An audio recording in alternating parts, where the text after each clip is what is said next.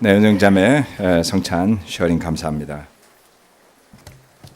때로는 우리 저번에 그 주중요리 박종우 형제 메시지도 좀 나눴습니다만 말을 더듬더듬하면서 집중시키는 능력이 있는 것 같아요. 너무 매끈한 것보다는 좀 버벅대고 좀 천천히 하고 이거 괜찮은 것 같지 않나요?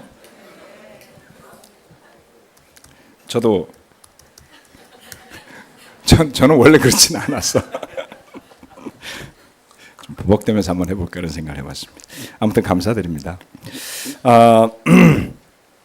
오늘 설교의 제목은 와 보라입니다. 지난주에 우리 김석규 집사님하고 또 우리 전병 형제 두 분이서 메시지를 전해줬는데 아주 정말 준비하느라고 너무 고생을 하셨었어요. 그래서 그 흔적도 보이고 그 마음에 대해서 굉장히 감사했습니다. 뭐 이건 제 욕심입니다만 사실 정말 모든 형제들이 말씀을 전하는 연습, 훈련을 해봤으면 합니다. 네, 그게 풍성해질 것 같아요. 그렇죠? 자, 또 그러면서도 제가 설교 준비하는 그 고통을 좀 이해했으면 하는 바람도 있습니다. 왜냐하면 판에 박힌 설교를 할 수가 없잖아요, 우리 교회는. 그래서 매번 새로 와야 되고 또 정말 고민해서 준비해야 되니까 그런 고민이 있죠. 네. 자, 요한복음 1장 35절에서 포인트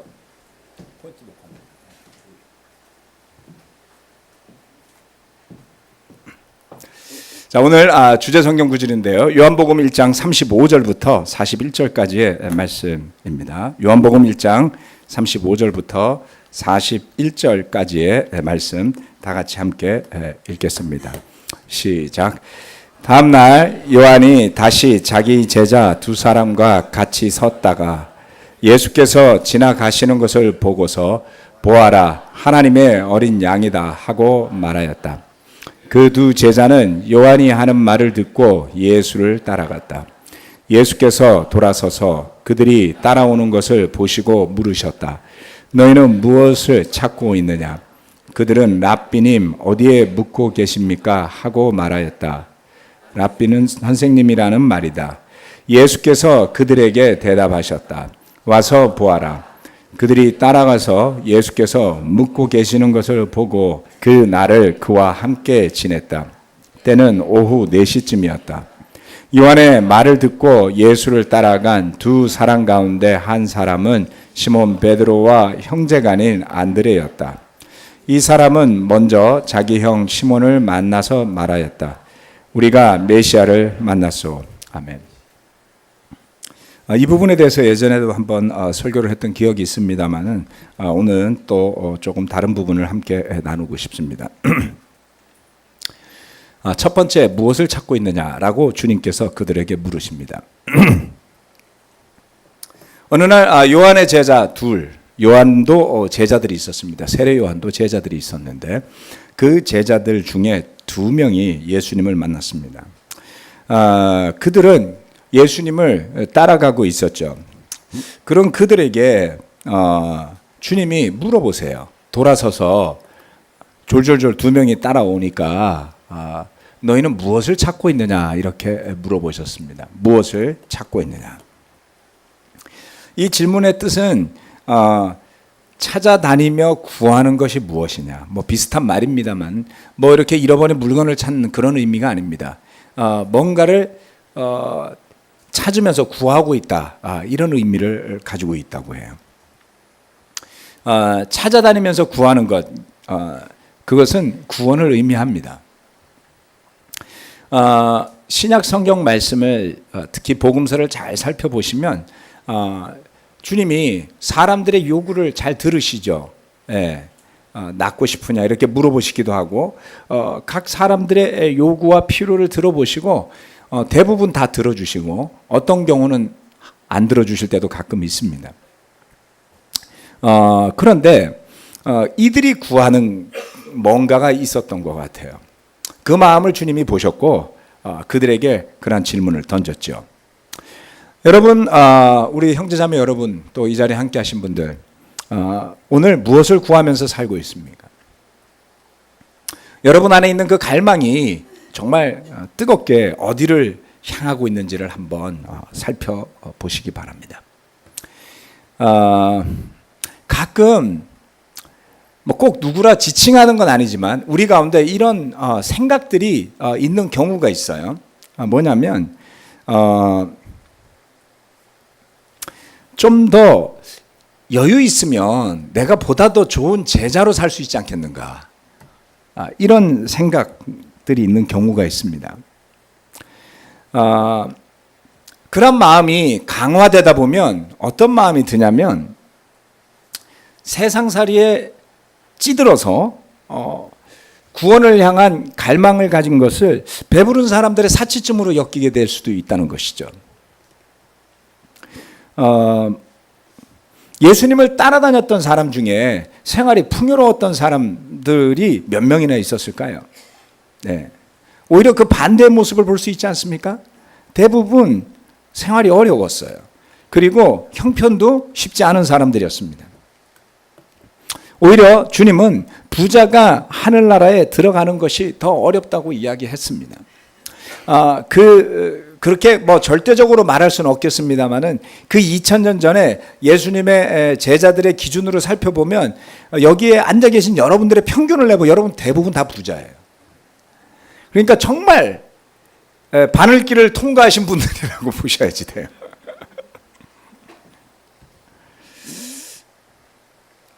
무슨 말씀이냐면 우리의 구원은 우리의 여유의 산물일 수가 없습니다. 취미생활이야 여유의 산물이라고 할 수 있지만 여러분 취미는 가끔 바뀌잖아요. 그렇죠? 한때 몰입했다가 안 할 수 있죠. 또는 한때 했지만 형편이 나빠지면 안 할 수도 있습니다. 그런데 구원을 향해 가는 길은 그와 같은 것이 아니죠. 여유 있을 때 찾고 여유 없을 때 옆에 밀어놨다가 다시 여유 생기면 다시 하는 취미생활이 아닌 것입니다. 우리 마음 안에 그 진리를 향하는 그것을 구하는 마음과 열정, 그 원함이 있어야지만 갈 수 있는 길인 겁니다. 그것이 목적이 되어야 하고 그것이 중심이 되어야 하는 것이죠. 세례 요한을 따라 나섰던 세례 요한의 제자 2명은 광야로 나갔던 겁니다. 세례 요한이 도시에서 살지 않았잖아요. 그렇죠? 광야에서 뭐 낙타 털 있고 그리고 메뚜기하고 석청 먹으면서 살았다 그러잖아요. 물론 웰빙이라고 생각하시면서 사치라고 생각하실 수도 있지만 야외에 사는 거 여전히 어렵습니다. 그들은 뭔가를 구하는 사람들이었고 그리고 그랬던 그들이 요한의 추천을 받아서 예수님을 따라 나섰죠. 그 마음의 중심에 진리를 향한 갈구가 있었더라는 것입니다. 예수님은 우리에게 이렇게 말씀하셨습니다. 너희는 먼저 하나님의 나라와 그의 의를 구하여라. 그리하면 이 모든 것을 너희에게 더하여 주실 것이다. 행여라도 주님께서 모든 것을 더하여 주실 것을 기대하며 하나님의 나라와 하나님의 의를 구하려고 하시면 순서가 조금 달라지죠. 앞뒤가 바뀌면 똑같은 결과가 나오지 않습니다. 화학 실험을 해보시면 순서대로 해야지 돼요. 제가 된장국을 끓여봤는데 한 30년 전쯤인가요? 20한 언제인지 기억도 안 나네요. 90한 3년도쯤이었습니다. 93년에 제가 제 친구랑 둘이서 한 아파트에 살면서 교육받을 때였는데 된장국을 끓이는데 순서가 있다는 거예요. 제가 막 썰어 한꺼번에 넣었거든요. 그 옆에 있던 친구는 음식을 할 줄 알았어요. 그렇게 하면 안 돼. 순서가 있어. 그래서 뭐를 먼저 넣고 끓이고 그 다음에 또 넣어야 되는데 그게 기억이 안 나요. 한꺼번에 집어넣으면 맛이 없다면서요. 그렇죠? 제가 얼마 전에도 백선생 프로그램을 보고 다시 한번 도전을 했습니다. 김치찌개, 돼지 김치찌개. 그래서 맛있는 비싼 돼지고기를 사오고 그리고 김치찌개를 끓이려고 다 해서 끓였는데 돼지하고 김치가 있는 건 맞는데 제가 애들한테 먹으라 그랬더니 먹었어요. 아빠가 하니까. 또 해줄까? 대답이 없어요. 순서를 바꾸면 맛이 없어요, 여러분. 그렇죠? 하나님의 나라와 그 하나님의 일을 먼저 구하는 사람들에게 주어지는 더해지는 것이라는 게 여러분이 바라는 원하는 정도가 아닐 수 있겠죠. 그러나 그 하나님의 나라와 하나님의 일을 구하는 마음이 충만하다면 그 뒤에 더해지는 것이 무엇이건 여러분과 저는 충분히 만족할 수 있지 않겠습니까? 주님은 우리가 마땅히 구해야 할 것이 하나님의 나라 그리고 하나님의 의라는 것을 분명하게 가르치십니다. 우리가 먼저 구하는 것은 우리가 진정으로 무엇을 구하는지도 말해주는 것입니다. 이 질문은 때때로 저와 여러분이 스스로에게 반문해보는 그러한 질문이어야 될 것 같습니다.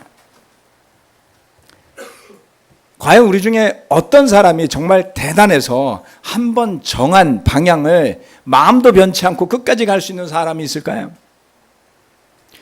그렇게 좋아서 검은 머리, 흰머리, 팥불이 될 때까지 변치 않고 사랑하겠다고 결정하고 결혼한 뒤에 살다 보면 이혼하느니 마느니 결혼한 것을 후회한다는 둥, 그런 이야기 한두 번들은 안 해보셨나요?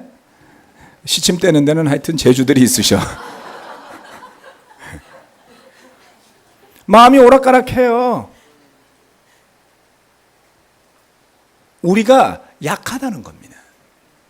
한번 내가 주님을 따라갈 결심을 하였다 한들 그것이 그 결심으로 변치 않고 평생 갈 수 있을까요? 끊임없이 흔들리고 끊임없이 도전받을 겁니다. 특별히 이 가운데 우리 세례받은 팀들, 여러분들은 정말 젊은 나이에 세례를 받았기 때문에 특별해요. 세상에 많이 노출된다고 좋은 게 없습니다. 그렇죠? 나쁜 거 많이 했다고 자랑할 게 아니에요. 그 어린 젊은 시절에 결정한 그 결정이 마지막 순간까지 이어지기까지의 그 여정은 쉽지 않습니다. 무엇을 구하냐고 주님께서 물어보실 때 우리는 무엇이라고 답변해야 되겠습니까?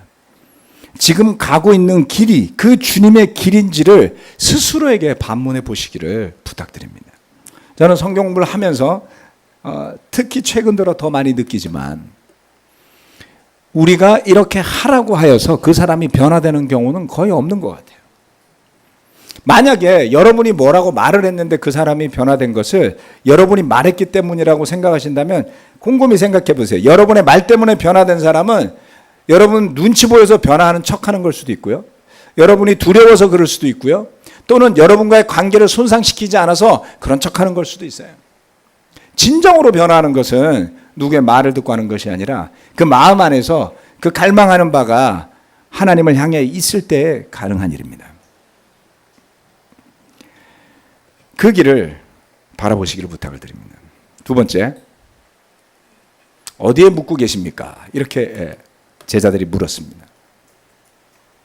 예수님이 너희가 무엇을 찾고 있느냐라고 물었을 때 그 두 명의 요한의 제자들은 랍비님, 어디에 묻고 계십니까? 이렇게 물어봤죠. 그들이 랍비라는 호칭을 쓴 것은 굉장히 존칭의 표현입니다. 이 랍비라는 표현을 유대인들 아무에게나 쓰지는 않습니다. 유대인 중에 랍비 호칭을 받는 사람은 소수에 불과하죠.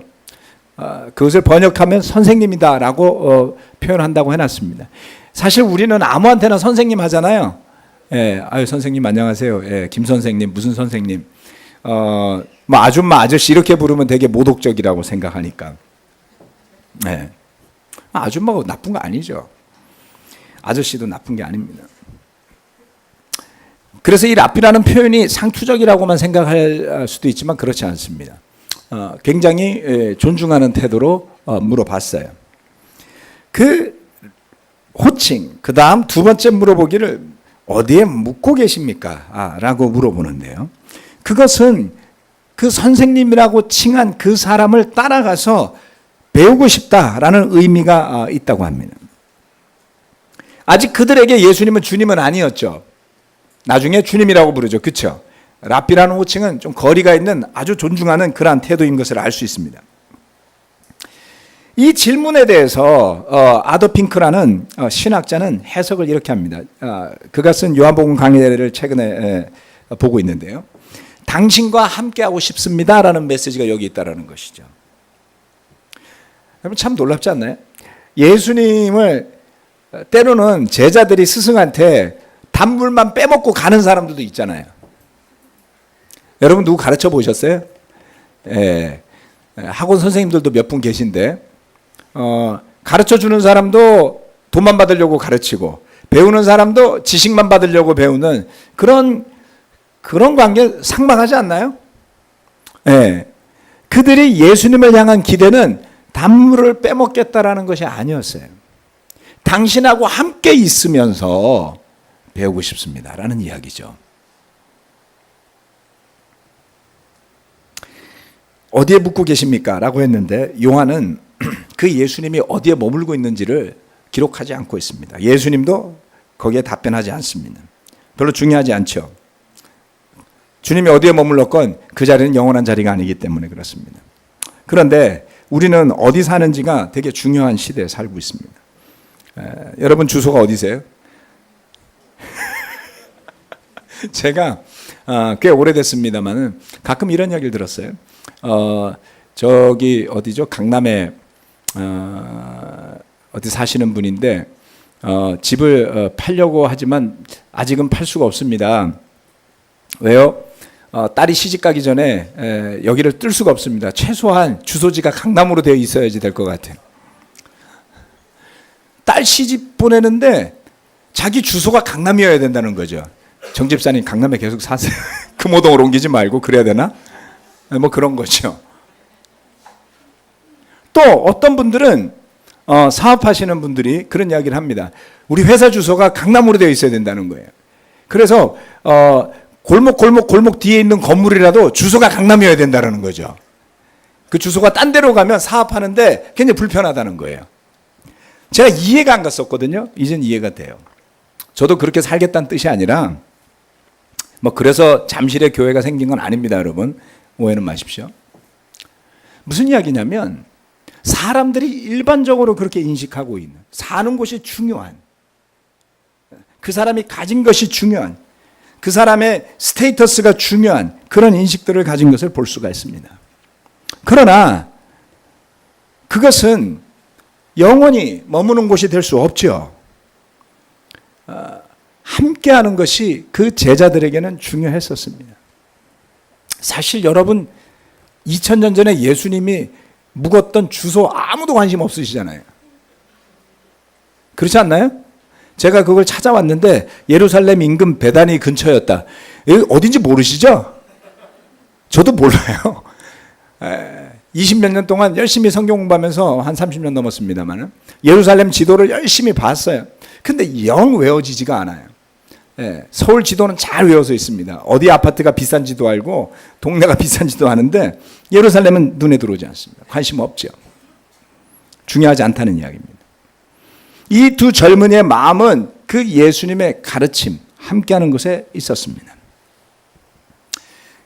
세례 요한에게 가서 배웠던 그 두 명의 청년 중에 한 명은 여기에서 이름이 나왔죠. 한 명은 안드레였습니다. 베드로의 형제 안드레였고 또 다른 한 명은 요한복음을 지은 사도 요한이었던 것 같습니다. 안드레와 요한이 예수님 이전에 세례 요한을 따라다니다가 그날 예수님을 만나게 됩니다. 이 한 번의 만남이 얼마나 놀라운 기회가 되었는지를 생각하셔야 됩니다. 마가복음 1장에 가면 시몬과 안드레 그리고 요한과 야고보가 그물과 배를 남겨두고 예수님을 따라가는 장면이 나오죠.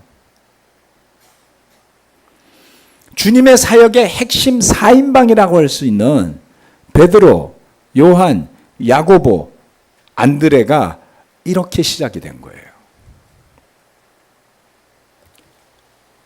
이들이 주님을 따르며 겪었던 일들, 배웠던 일들, 그것이 복음서의 근간을 이루는 내용이 되고 있습니다. 요한은 먼 훗날 이 요한복음은 복음서 중에 가장 나중에 쓰였다고 하죠. 먼 훗날 그날의 기억을 되살려 이렇게 기록합니다. 기록을 지금 묵상하신 읽으신 그 말씀으로 기록하고 있죠.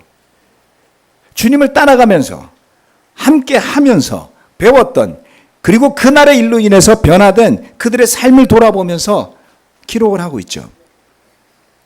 여러분은 그 주님이 계신 곳이 궁금하지 않습니까? 저와 여러분의 관심이 어디를 향하는지를 살펴보아야만 합니다. 나를 바라보고 내가 원하는 것에만 관심이 가 있으면 좋을 것 같지만 좋지 않습니다. 우리의 마음이 주님에게 가 있지 않다면, 주님이 머무는 곳을 향하지 않는다면 동기가 자꾸 떨어지게 되죠. 여러분의 주님은 어디에 계십니까? 한 번씩 우리 자신을 돌아봐야만 합니다. 주님과 함께하고 있는지 자신을 살펴야 하는 것이죠. 세 번째, 와 보라입니다.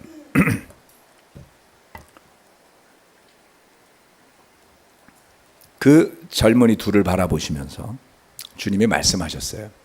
와서 보아라. 그들이 따라가서 예수께서 묵고 계시는 곳을 보고 그 날을 그와 함께 지냈다. 때는 오후 4시쯤이었다. 예수님은 한 30세 정도, 그 다음에 그날 따라갔던 안드레와 요한은 20대 초반 정도 됐었겠죠. 그렇죠? 네, 젊은 남자 3명이 모이면 뭐 하나요? 팀들 남자 3명 모이면 뭐해요? 게임하죠? 노래방 가고 운동하고. 우리 대학생들 안 보이네. 예. 젊은 남자 3명이 모이면 하는 짓들이 뻔해요. 세상에서는 더 빤합니다.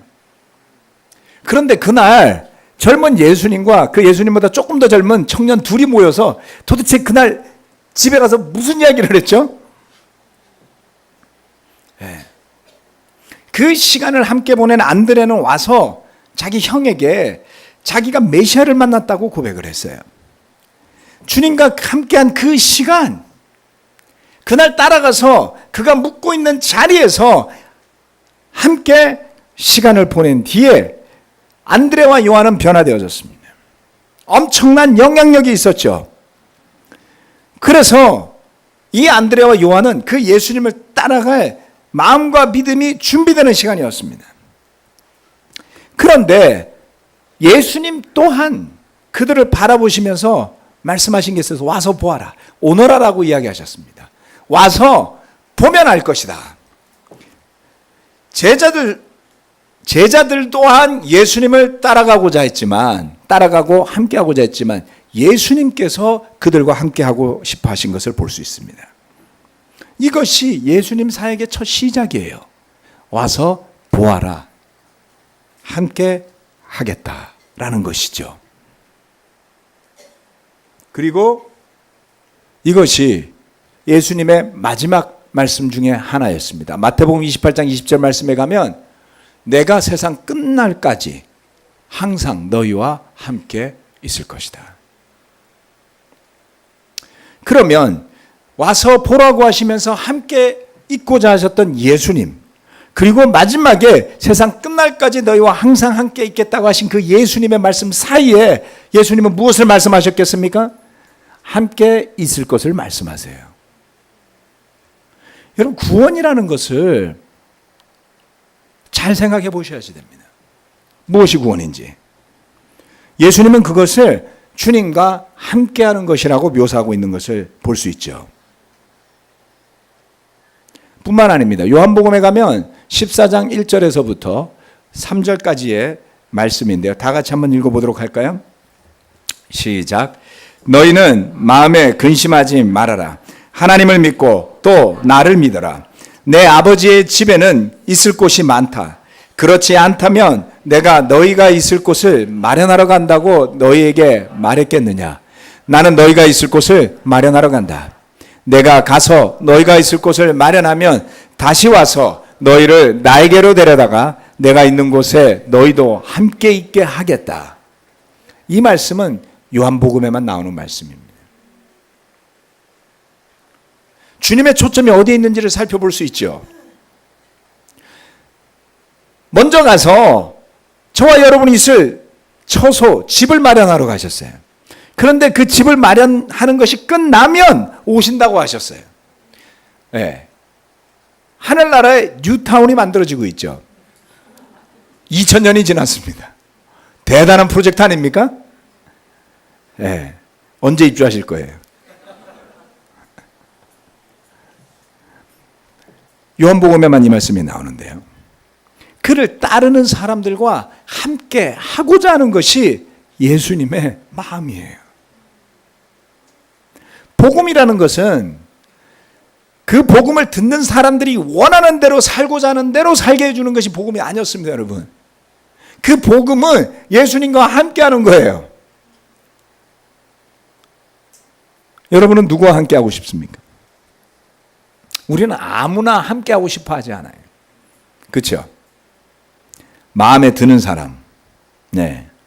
함께 있어서 즐거운 사람, 같이 있어서 유익한 사람, 소중한 사람, 또는 마지못해 같이 있어야만 하는 가족? 아니겠죠. 예, 가족은 정말 하나님 주신 축복이잖아요. 우리는 아무나 함께 하려고 하지 않습니다. 불편한 사람 피하게 되고, 별 도움이 안 되면 한두 번 만난데 안 만나게 되죠. 주님께서 제자들을 부르신 것은 그들과 함께 하시고자 함이었습니다. 마가복음 3장 14절 15절 말씀은 이것을 이야기하는데요. 예수께서 12를 세우시고 그들을 또한 사도라고 이름하셨다. 이것은 예수께서 그들을 자기와 함께 있게 하시고 첫 번째 목적이었어요. 사도 12를 세우시는데 나가서 죽도록 일하게 하시고가 아니었습니다. 함께 있게 하시는 거죠.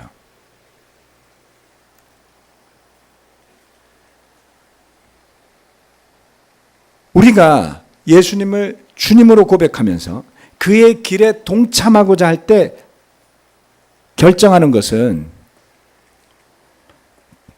처음으로 예수님을 주님으로 고백할 때 그것은 주님과 함께 하겠다라는 고백이죠. 그런데 주님은 죄 가운데 있고 전혀 주님을 알지 못하는 우리와 같은, 예수님에게 어떤 유익이 있을지 우리는 알지 못합니다. 우리와 같은 자기만의 유익을 위해서 사는 우리와 같은 인간들과 함께 하시고자 했어요. 여러분 이 자리에 한 300명 앉아 있습니다만 어떤 사람은 여러분 같이 있으면 짜증나는 사람도 있을 거예요. 스타일 안 맞는 사람도 있잖아요. 그렇죠? 마음에 안 드는 사람, 제가 알고 있거든요. 많은 분들. 그래서 제가 가끔 힘들어요. 서로 좀 그냥 사이좋게 지내지. 꼭 서로 문제 생기면 그거 제 탓이라고 생각하시는 분들이 많아요. 아무튼 눈꽃만치 예수님의 마음을 좀 느껴보는 거죠. 우리는 그냥 같이 있기도 불편한 사람 많은데 예수님은 여러분 모두 여기 한 200~300명이 앉아 있거든요. 가리지 않고 여러분과 함께하고 싶어 하세요. 이것이 바로 엄청난 주님의 사랑을 느끼게 하는 부분이 아니겠습니까? 내가, 저와 여러분이 주님을 생각하는 것보다 더 많이 비교할 수 없을 만큼 저와 여러분을 생각하시는 분이 주님이다. 저와 여러분이 주님을 위해 희생하고 헌신하고자 하는 것과는 비교될 수 없이 우리를 위해 희생, 헌신하시는 분이 주님이다. 그런 주님은 그날 2명에게 와 보라고 말씀하셨습니다. 요한은 그날 그들을 부르신 때가 4시라고 적고 있어요. 성경, 신약 성경에서 시간을 특정하게 말하는 경우가 여러분의 기억에 나는 구절이 몇 개나 있습니다. 십자가에 매달리신 시간이 오후 3시였다는 것밖에 없죠. 저나 여러분 별로 다르지 않습니다. 복음서 다 뒤져보면요, 시간을 특정한 경우가 아주 드물어요. 요한이 하고 많은 내용 중에 그날이 몇 시였는지를 적고 있는 이유가 있습니다. 그 순간을 잊을 수 없는 것이죠. 주님을 처음 만나서 무엇을 찾고 있느냐고 물어보았고 그들이 어디에 계시냐고 물었던 그 순간을 잊을 수 없는 겁니다. 그렇게 따라 나섬으로 인해서 그들은 메시아를 만났어요. 그리고 그 주님과 함께하는 시간을 통해서 그들은 변화되어졌습니다. 변화를 위해 예수님과 함께한 것이 아니라 예수님과 함께했기 때문에 변화된 것이죠. 오늘 우리에게 그 주님을 향해 어디에 계시는지를 묻는 마음이 있습니까? 그렇다면 망설이지 말고 그를 따라 나서 보시기를 권합니다. 그 주님의 가르침 속에, 그 주님의 사랑 속에 함께 해보는 구원의 길로 이끄는 진리가 있는 것이죠. 그 마음을 품고 있다면 주님은 그런 분들에게 이렇게 와보라 라고 말씀하시는 것이죠. 예, 제가 본 사진 중에 이게 제일 나와서 골랐습니다. 환영받는 느낌이 좀 나지 않습니까? 두 팔을 벌리시고 가리지 않으시고 따르고자 하는 사람들을 환영하시는 예수님을 보시고 함께 하시기를 권해드리겠습니다. 말씀 마치겠습니다. 아멘.